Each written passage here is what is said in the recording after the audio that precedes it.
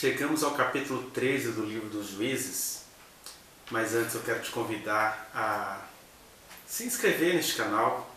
Temos aí uma playlist do livro dos Juízes que a gente pelo menos 4 vezes por semana vem postando vídeos, são meditações devocionais. Então, se você puder, se inscreva no canal. Se você gostar deste vídeo, curta-o, dê o seu like, compartilhe, porque hoje especificamente a gente tem uma mensagem a você, mulher. As mulheres não fazem ideia do quanto Deus tem prazer em falar com elas, porque a gente ficou com aquela imagem icônica do Gênesis 3, quando Deus, ao olhar para os seres humanos que desconfiaram dele, ali representados por Adão e Eva, Deus olhou e falou assim: "Ô Eva, minha querida Eva, olha o que aconteceu com você, diferentemente da música baiana, minha querida Eva, você atraiu sobre você uma visão entorpecida da humanidade, enquanto o seu macho vai passar a olhar para você como objeto de desejo, objeto de descarregar iras, ódios, misoginias mil. Você, por outro lado, perdeu a chance de ter esse contato comigo e vai passar a olhar para mim através deste homem. E isso não foi Deus quem colocou, isso foi o casal que atraiu para si." E aí a gente ficou com essa coisa no nosso inconsciente, né? Onde o homem passou a significar o amar e desejar como dominar e odiar, né? E a mulher passou a ver o homem como Deus. Tanto é que todos os dias no mundo inteiro mulheres morrem em função do homem, porque ele passou a ser para elas uma divindade. Mas independente dessas representações, dessas interiorizações arquetípicas que homens e mulheres atraíram para si, o Deus das Escrituras vai se revelando e ele vai mostrando a alegria dele em falar com as mulheres. Nós ficamos aí com o anjo do Senhor falando com Maria, a mãe do nosso Senhor e Salvador, Deus feito carne. Mas uma história muito semelhante nós temos aqui, precisamente no livro dos Juízes, no capítulo 13, que até então eu vinha mostrando para vocês como que os juízes eram fabricações, eram engendramentos humanos, político-ideológicos, né? E que uma vez colocados lá, eles queriam que Deus fosse o patrono daquilo. E Deus estava só visitando Israel nas suas iniquidades. Olha como é que vocês são. Povo de Deus que não me busca. Aí tem que aturar Abimeleque, tem que aturar Jefté, tem que aturar esses homens que tinham boas intenções, mas que não partiram do meu conselho. Mas não é por isso que Deus deixava de se revelar, e a gente tem aqui Deus se revelando novamente na história de Sansão. Aliás, Sansão, cujo significado do nome é o pequeno sol, o filho do sol, né? E a revelação toda vai se dar 2 vezes a uma mulher, tendo uma mulher como carro-chefe. Deus querendo falar com uma mulher. E embora essa seja uma mensagem específica, eu tenho certeza que, historicamente falando, como Deus contou com as mulheres, como Deus o tempo inteiro queria ter uma comunhão mais íntima com elas, mas elas também, de alguma maneira, preferem ter o mediador entre Deus e os homens, o seu macho, ou a sua paixão no momento, porque foram treinadas para viver em função dos homens. Mas olha só como é que Deus entra no meio das nossas arquetipias e fala como mulher. Acompanhe comigo Juízes 13, olha o que vai dizer o texto. "Tendo os filhos de Israel tornado a fazer o que era mal perante o Senhor, este os entregou nas mãos dos filisteus por 40 anos. Então, primeiro nós temos aqui uma narrativa. Porque essa coisa judaica de causa e efeito, os israelitas foram entregues aos filisteus pelo Senhor, porque eles vão buscar ao Senhor. Não. Deus não entregou a israelita na mão de ninguém. É só o inevitável, é como você querer pular do 20º andar e não querer que nada te aconteça. O Deus eterno, que é a nossa habitação, ele está aí com as mãos estendidas e suas asas estendidas para nos amparar. Mas na medida em que a gente o abandona, saiu da proteção do Altíssimo, você só vai ter chumbo grosso, você só vai ter isso aí que você está vendo no dia a dia de estrategismos, etc. Então não foi Deus que os entregou nas mãos dos filisteus. Deus apenas não foi lá buscá-los, mas eles é que se foram. Mas Deus continuou o tempo todo: olha, eu estou aqui, Minha mão nunca deixou de estar estendida. Então, é isso. Até quando a gente está escrevendo um livro sagrado, como a Bíblia, a gente está colocando ali as nossas desculpinhas típicas de macho, né? O cara maltrata a mulher, tampa a boca dela com a mão, ela morde para se defender. Ah, tá vendo o que você fez aqui, ó? Da minha mulher bate homem, deveria ter a lei João da Penha. Mas o cara não está entendendo que ela só reagiu. Assim é Deus com a humanidade. A humanidade é violenta, a humanidade é idólatra, a humanidade é perversa e as mãos dele estão estendidas. Aí na hora que ele fala assim, não, sejam humanos, vão sendo humanos. Ai, Deus nos entregou. Mas isso são narrativas, porque Deus não entregou ninguém a nada. Ele só está chamando quem tem sede, vem a mim e beba. Eu sou a porta das ovelhas, eu sou a raiz de Davi, eu sou o leão da tribo de Judá. Vem cá, em mim vocês encontram forças. Vinde a mim cansados e sobrecarregados, que eu vou aliviar vocês. E esse é Deus. Esse Deus que entregou Israel nas mãos dos filisteus é só o Deus da narrativa religiosa, que é compreensiva a narrativa, mas que é também um veneno para a gente ficar botando a culpa até em Deus das escolhas que a gente faz. Essa é a verdade. Mas aí, os israelitas ficaram, então, nas mãos dos filisteus por 40 anos. Vocês não sabem o que é isso. Eu não estou aguentando 2 anos de Bolsonaro, imagina 40 anos nas mãos de filisteus. O que é filisteus? No sentido espiritual e até moral. Filisteus é uma flor de lis, andando com o pastor, fazendo congresso e matando o bichinho, sendo a mandante.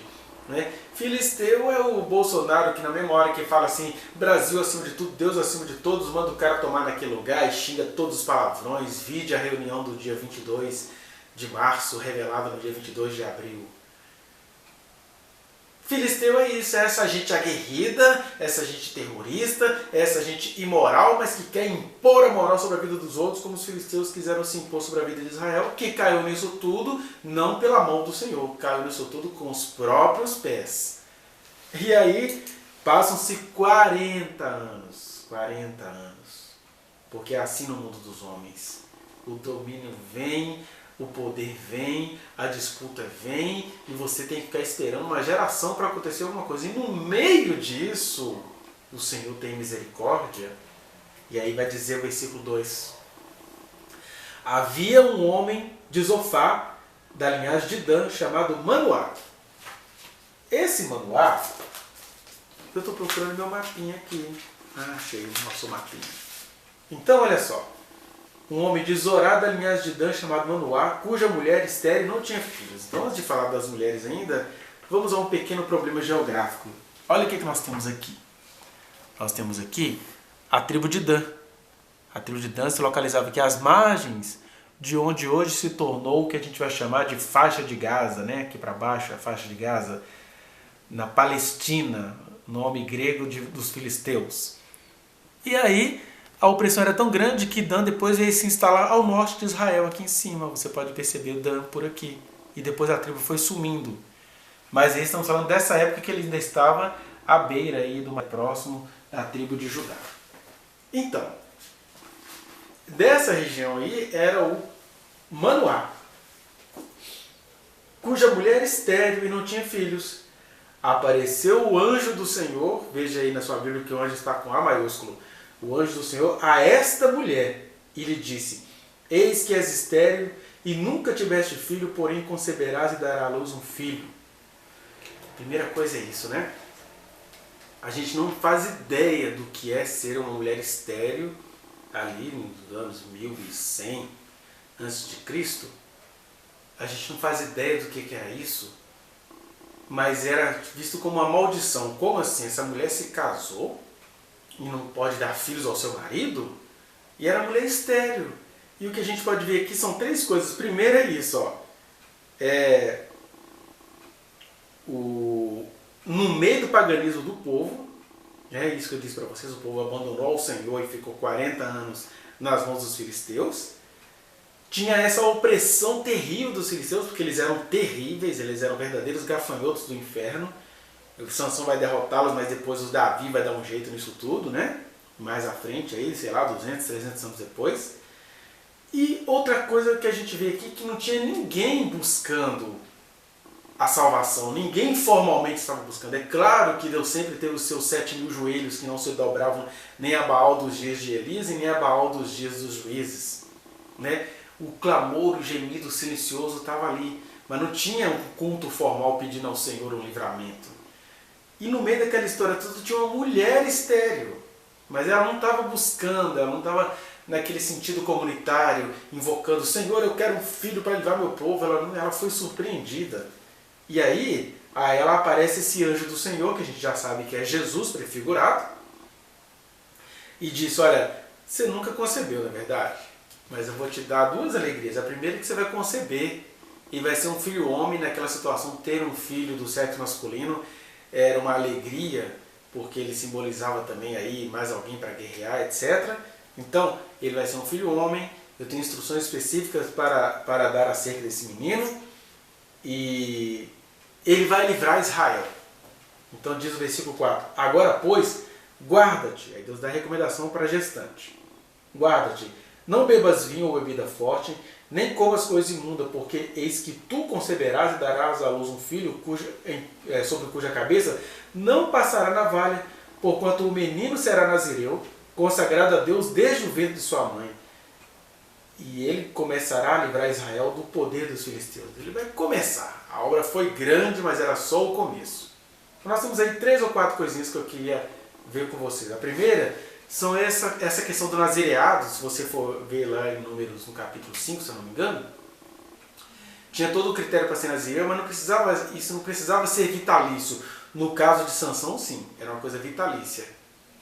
E aí ele está dizendo: olha, já na gestação, mamãe, você não vai beber vinho, você não vai beber bebida forte, quer dizer, nem suco de uva, nenhum produto da uva, e muito menos os seus licores, as suas vodkas, as suas bebidinhas, que a gente pega isso e fala: ah, Deus não gosta de bebida alcoólica. Não é isso. Você tem que contextualizar as coisas. O que seria uma grávida? Por exemplo, a mulher já não tinha filhos. Aí a mulher grávida iria se entregar a essas questões para colocar a gravidez em risco? E depois o menino nascido, o que seria ser um líder em Israel onde havia muitos bacanais, aqueles cultos a Baal, a Astarote, aquelas festanças todas? Aí Deus está dizendo: para livrar vocês tem de ter critérios. E esse menino vai ter critério desde o ventre materno. Mas é interessante que a gente contextualiza isso, não é verdade? Porque era o Sansão, o pequeno sol, o filho do sol, que não deveria fazer uso dessas bebidas, dessas questões. Porque ele, na vida dele, no ministério dele, nas funções deles, é que tinha esse critério. Ninguém vai achar que isso sirva para todo mundo.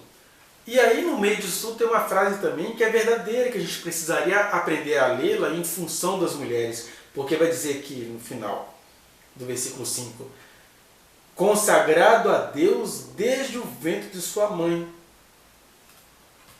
A gente usa muito esses versículos para falar mal das mulheres, né? Porque olha só, o Senhor conheceu Jeremias desde o ventre da sua mãe. Olha a Sansão, consagrado desde o ventre materno. Olha, do mesmo jeito que você consegue entender que era o Sansão que não iria se envolver com bebida forte, com outras drogas, digamos assim, e não era todo mundo, por que eu pensar também que todo embrião tem de ser visto como uma pessoa?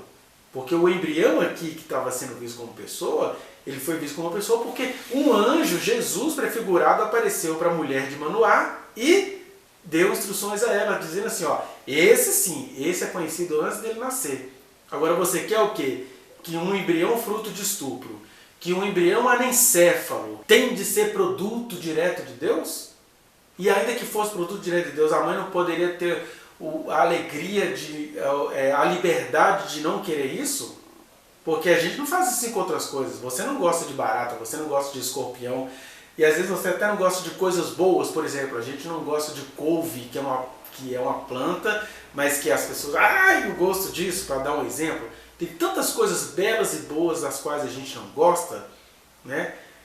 Gostos musicais, a infinidade de habilidades humanas que Deus nos deu, a gente não gosta. E Deus não fica com raiva de você porque você não gosta de barata, que foi algo que Ele criou. Ratos, por exemplo, são animais profundamente inteligentes, eles são uma gracinha, mas é porque a gente já vê rato e já mistura ele com esgoto. A gente já não gosta. E aí Deus não vem cá te dar instruções, amém, não gosta, né? As pessoas exterminam ratos, fazem coisas terríveis com os bichinhos, quando eles não estão no laboratório, eles estão desprezados no esgoto. Aí a gente resolve virar especialista em misericórdia quando o assunto é o embrião. Estou dizendo aqui porque esse é o assunto da moda, né? A questão do aborto aí. O Supremo Tribunal Federal quer conceder um favor às mulheres, ele quer dar liberdade às mulheres.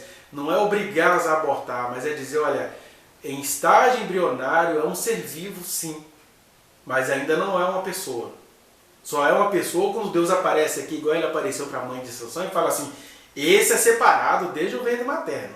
Este já tem critério desde o ventre materno. Agora, para as outras mulheres às quais Deus não apareceu, e elas estão sentindo a liberdade de não quererem aquela gestação, por que você acha que toda vez que o espermatozoide entra no óvulo é obra divina no sentido de que Deus tem um propósito específico? É obra divina no sentido de que Deus disse, olha, produza a terra enxames, haja luz, crescer e multiplicai. Está dentro desse poder que Ele nos deu de crescer e multiplicar.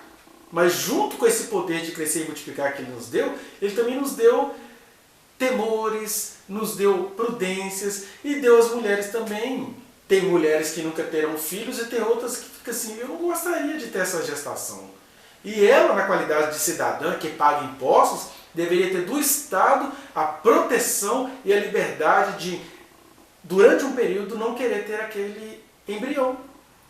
Que é o que o Supremo Tribunal Federal do Brasil está querendo aprovar, que seriam até 12 semanas, porque os estudos científicos apontam que até 12 semanas o ser vivinho, que é o embrião barra feto, ele é um ser vivo, mas não precisa ser considerado uma pessoa, até porque quando é uma pessoa, quando Deus quer que nasça, vai nascer com decisão do Supremo Tribunal Federal, com movimentos feministas, com o Estado amparando.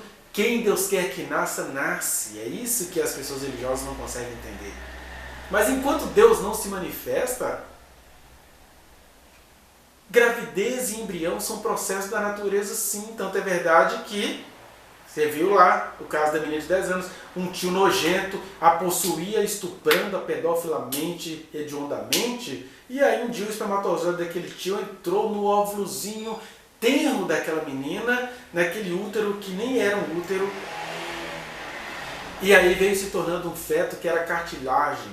E a gente agora quer adorar esse feto para acusar a menina de estar gozando há 4 anos, como disse aquela professora de São Paulo. Isso é que é blasfemo. Ah, mas a Bíblia fala que nós somos conhecidos desde o ventre. Então, aqui está dizendo isso, ó. Consagrado desde o ventre da sua mãe. Mas quem era consagrado desde o ventre da sua mãe? Todos os fetos? Não. Sansão. Sansão e todo aquele que tiver de vingar, todo aquele que vier a nascer. Estes nasceram porque tinham de nascer. Eu sei que a mente religiosa não consegue entender isso, mas isso é uma verdade ácida, realista e ao mesmo tempo divina. O que é isso? Se a sociedade desse às mulheres o ar para respirar, para elas poderem dizer eu não quero essa gestação, talvez outra coisa aconteceria nelas. Mas enquanto se criminaliza o aborto, enquanto fica se zombando da integridade feminina, aí vocês têm o que vocês têm, né?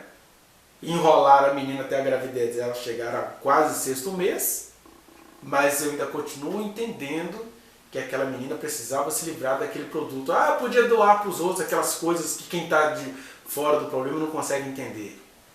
O peso de uma criança de saber que ela tem algum filho por aí e que ela também não sabe entender por que aquilo veio à gestação, quando Deus deu autoridade ao Estado para resolver isso.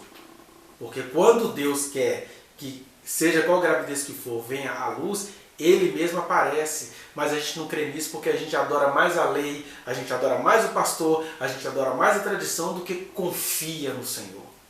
Eu tenho certeza que se os religiosos confiassem no Senhor, Ele faria igual Ele fez com o primeiro filho de Davi, que buscou tanto do seu Senhor. Esse bebê não vai vingar. Você está achando o quê, minha serva ou meu servo? Que eu tenho mesmo o propósito de que uma menina de 10 anos fique grávida de crimes hediondos do seu próprio tio? Quando ele tem um propósito nisso, ele sabe fazer valer, mas o que não nasceu é porque não nasceria. Ou o que nasceu natimorto, natimorto seria. Que estamos falando de embriões e fetos e não de pessoas. Isso é diferente, por isso que o nome é aborto e não assassinato. Por que eu estou dizendo isso? Porque no caso de Sansão, no caso de Jeremias, no caso de Davi, no meu caso, no seu caso, Quem Deus quis que nascesse, nasceu. E aí, Sansão era consagrado desde o ventre materno. Junto com isso tudo, é interessante a gente ver que em meio, então, àquela mãe que se sentia amaldiçoada por não poder gerar, não poder dar à luz, e ela não pode fazer disso uma doutrina sobre a vida daquela mulher que não quer filhos, são realidades diferentes, são construções sociais diferentes, a gente vai vendo que é uma gravidez que ela vai ter, uma concepção que não se descola da realidade, que é o que eu acabei de falar. Qual é a realidade? Em primeiro lugar, eu não preciso achar que toda a concepção foi Deus que foi lá e botou um espermatozoide dentro do óvulo, porque eu duvido que Deus tenha colocado um espermatozoide no óvulo de uma criança que neste momento está sendo molestada. Isso é um produto da natureza que, se Deus não se revelar, ou enquanto ele não se revela, não é uma pessoa. E a ciência, o Estado, tem o poder de tirar. Aliás, você não pensa que é assim quando esse feto não está dentro do útero de uma barriga de uma mulher pobre, né? Porque neste momento que eu estou falando com você, muitas clínicas de fertilização artificial estão jogando centenas, por que não dizer milhares de embriões fora. E você não fica morrendo de dó daqueles embriões. Mas se ele tiver, se for numa barriga de uma mulher pobre, que deveria ter do Estado o direito de tirar com segurança, aí ela já é assassina, aí agora mataram um profeta. Gente, profeta não morre. Nenhuma mulher será castigada em relação a isso por Deus, porque a sociedade já castiga demais. Essa é a verdade. Então essa concepção é uma concepção que não se descola da realidade, né? Realidade, por sinal, misógina. Porque o que a gente vê nesse texto? Um anjo, Jesus prefigurado, aparece para a mulher de Manoá. Mas o nome da mulher não é mencionado. Você imagina se qualquer homem judeu recebesse a visita de um anjo? Os nomes deles são mencionados. Abraão, Jacó, Gideão, Manoá. O anjo não tinha muito papo com Manoá, mas é o nome do Manoá que é falado aqui. Ou seja, a outra realidade que é a misógina. Mas apesar disso tudo, né, é o que aparece na Bíblia, a protuberância ou a ostensividade da figura masculina, com quem Deus estava falando aqui, na verdade, interessado em falar o tempo inteiro, era com a mulher, com a mamãe de Sansão, né? Então essa realidade misógina. E aí olha que interessante, ele se revela a ela, aí ela, fruto daquela geração, vai lá e fala com o marido dela, olha, veio um homem aqui falar comigo, me deu instruções, papá. Aí o versículo 9 vai dizer, Deus ouviu a voz de Manoá, e o anjo de Deus veio outra vez à mulher. Jesus aparece duas vezes a essa mulher. Eu queria que você, que é a mulher que me assiste, entendesse a importância disso. Jesus quer falar com você, mas você não consegue ver Jesus porque você vê a vida inteira debaixo dessa submissão que a religião colocou em você, né? Aí ele ouve a oração de Manoá, mas ele aparece a quem? A mulher. Quando essa estava assentada no campo, porém não estava com ela seu marido Manoá, tá vendo? Porque Deus Todo-Poderoso poderia falar com ela, busca o seu marido que eu vou te aparecer hoje. Não, ele só apareceu para ela, ele nem pediu ela para chamar o Manoá. Apressou-se, pois, a mulher e correndo, noticiou ao seu marido e lhe disse, eis que me apareceu aquele homem que viera a mim ao outro dia. Então se levantou Manoá e seguiu a sua mulher, e tendo chegado ao homem, lhe disse, és tu que falaste a esta mulher? Ele respondeu, olha a resposta, ele respondeu, eu sou. Jesus maravilhosamente prefigurado. Eu sou, não falou sou eu, falou com os ecos daquela voz que Moisés ouviu no deserto, eu sou o que sou, e a voz que Israel iria ouvir no futuro, eu sou o pão vivo que desceu do céu, eu sou a porta das ovelhas, eu sou o caminho, a verdade e a vida, ninguém vem ao Pai, porque eu e o Pai somos um, ninguém vem ao Pai se não for por mim, eu sou, eu estou aqui como anjo, mas eu sou o eterno, antes que Abraão existisse, eu sou. Foi a resposta sintética desse anjo Jesus prefigurado a Manoá. Aí, o Manoá fala com ele, quando se cumprirem as tuas palavras, qual será o modo de viver do menino e o seu serviço? Já sabia, a mulher já tinha falado tudo com ele. né? Qual era a coisa? Ele não iria se contaminar com vinho nem com bebida forte, porque para aquela função era isso. Deus não estava proibindo ninguém de beber, mas o Sansão estava vedado disso. Ele não iria também cortar o seu cabelo.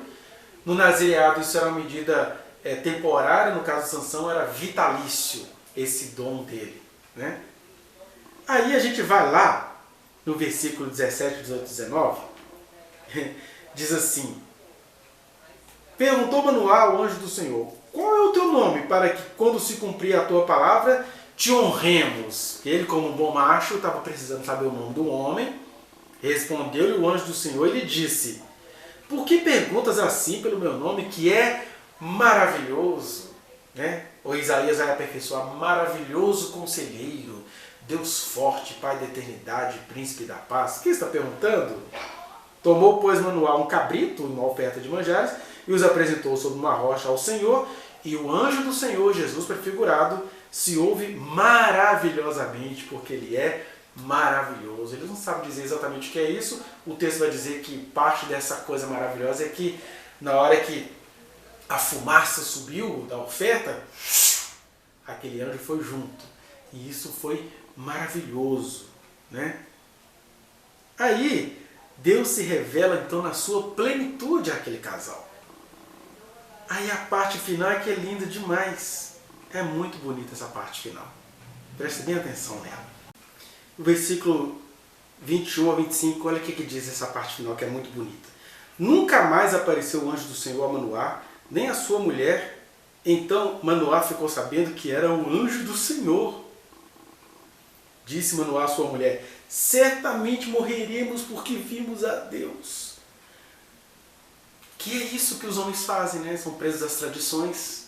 Isso é doença antiga, né? Adão se esconde de Deus.